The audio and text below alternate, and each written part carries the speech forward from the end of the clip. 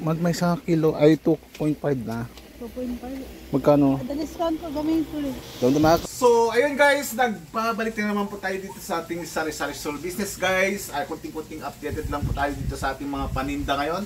Dahil katatapos lang po ang Valentine's guys, ay medyo ano na nga po yung ating bentahan. So, ayun, kumusta po yung ating mga ka-team kasari dyan? So, alam po malakas po ang bentahan nyo noong Valentine's Day. Kaya unting-unting updated lang po tayo dito sa ating tindahan ngayon dito sa ating vlog. So, ano nga ba yung mga update natin dito sa tindahan? So, ayun yung ating pag-uusapan. Bakit mabenta yung isang items na pinagkaka-ano-ano ng mga bata dahil napakasarap pong ihalo sa kanin guys. Ito po yung nori. Ang sarap pong ihalo ito sa kanin dahil ito po yung tinatawag nilang parang Korean food na nilalagay. So, pero hindi po iyon ang ating topics guys kasi kahapon ay kami po ay nanggaling doon sa city at mas maganda po guys kung tayo po yung dumadalaw minsan doon sa ating mga ahente dahil mas marami pong nakikitang paninda, mas maraming bagong paninda ang ating nakikita. So kahapon ay nagpunta po tayo doon sa ating mga ahente doon sa mga gamis ay sabi ko nga ay medyo bumaba po ang kanilang presyo sa gamis dahil ngayon ay medyo matumal daw po yung bentahan kaya medyo bumaba po yung mga gamis. So ayun, bilang isang sari-sari store owner guy ay minsan dadalawin natin yung mga ahente natin, yung ating mga supplier, kukumustahin. So nagugulat sila sa atin dahil nga nakikita natin yung mga pwesto nila na lumalago, dumadami yung kanilang paninda. So ayun nga po yung ating pag-uusapan ngayon. Bakit napakahalaga ang suporta natin sa mga ahente, yung suporta ng ahente sa atin, vice versa, ay dahil po ito ay yung loyalty po natin. Kapag tayo ay dumalaw po doon, ay nakakaroon po tayo ng discount, binibigyan po tayo ng mga magandang special treatment. So kagaya po kahapon guys, sisilipin po natin yung ating video doon sa ating bili ni Ate Winnie doon sa kanilang pwesto guys. So ayun ang ating pwesto. May pataklab ka. Hello. Mamimili tayo ng gani. Dito gamis. Maraming gamis. Ay, clay.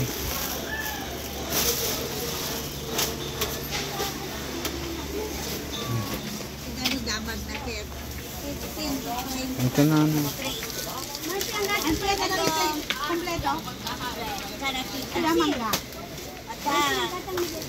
Ito na na. Manot to kilo. Antay, batik ka lang Apo nagpinda sa itinula ka. Bayat mo. Mamimili ng gani. Manok ano sa kilo? Bali eta. Manot may isang kilo ay 2.5 na. 2.5. Magkano? Discount ko gamay ko rin. Ano yata? Lachaw. Ate, ibagbagada ate. Kaya latchaw, ibagbagada? Yes. Asa na?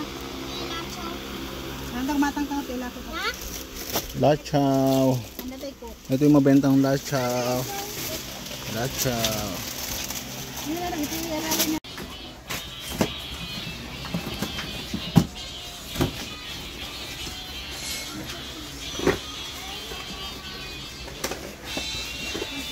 Candy prank.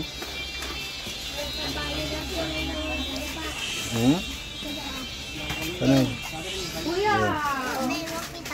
Na.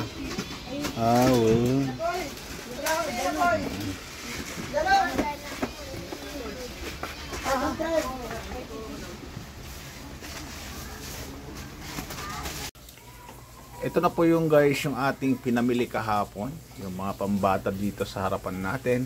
Ang techniques natin dito sa mga gamis ay hindi po tayo nagbebenta ng tuloy-tuloy para mas masabik si customers ng mga bata para hindi sila maumay sa mga paninda natin. So ito nga po talaga yung ating mabenta ngayon dahil trending At saka ito. So, ayun nga po guys, pagkatapos natin nag-groceries kahapon, ay medyo malaki-laki nga po yung ating nai-groceries. Umabot tayo ng 15,000, kaya marami nga po tayong stock ngayon at display dahil alam po natin ay papalapit na po yung summers talaga. Papalapit na po yung summer at kailangan po talagang mag-stock dahil pagka summer guys ay medyo mas malakas po yung ating bentahan kaysa yung tag-ulan.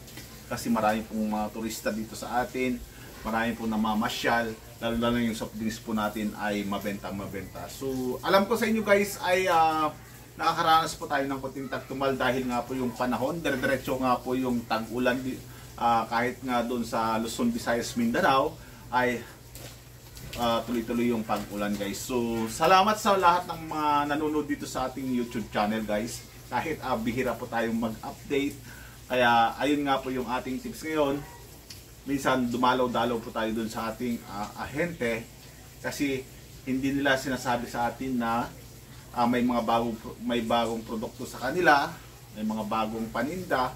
Kagaya dito guys ay sobrang mabenta po itong produktong ito. Yung sinabi nila sa atin na bagong-bago, yung latchaw, ito po ay mabenta. Yung latchaw, mabenta. Hindi po namin alam ito kung hindi po kami dumalaw doon sa aming ahente. At saka ito yung sinabi ko sa inyo, yung nori, mabenta po ito. So, ugalin po natin mag-update ng ating mga presyo, mag-update sa ating mga kung ano yung mga trending sa panahon. Kasi panahon po yan kung ano yung trending ngayon, sa susunod na taon ay iba na naman po yung trending. Kailangan makasunod yung tindahan mo sa trend, yung sa kung ano yung uso ay dapat sumabay po tayo sa mga usong paninda kasi kung hindi ka sasabay ay mapag-iiwanan ka, pupunta si customers doon sa kabila dahil nga si customers gusto yung maging in, gustong sumabay sa uso ay kailangan ganun din po tayo guys. So wag po natin kakalimutan yung mga ganinong diskarte, iwasan po natin magpuutang ngayon dahil tulad nga ng ating sinabi ay tagtumal po ngayon at dumadami na po yung ating mga kakompetensya. So ganun lang po ang ating diskarte guys.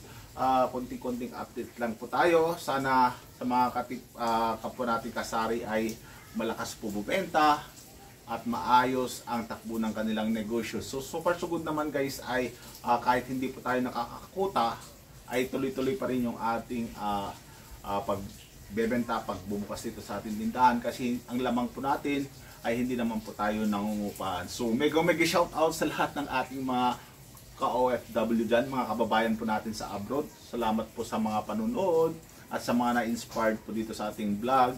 Ay thank you very much po sa inyo. Tulad nga ng aking sinabi, sipagan po natin, tiyagahan lang po ang kapag ikaw ay may tindahan, tiyagahan lang po yan. Minsan araw-araw po yung iba pumupunta sa groceries para lang makapamili, pero sa atin guys ay bihira lang po tayo pumunta doon sa ating mga ahente. So thank you very much sa panonood. Sana ay mapanood yung video natin, makapag-comment po kayo kung ano yung trending dyan sa inyong lugar, kung ano po yung mabentang mga items para naman po tayo makakakuha ng idea. So hanggang sa susunod na vlog natin ulit guys, bye!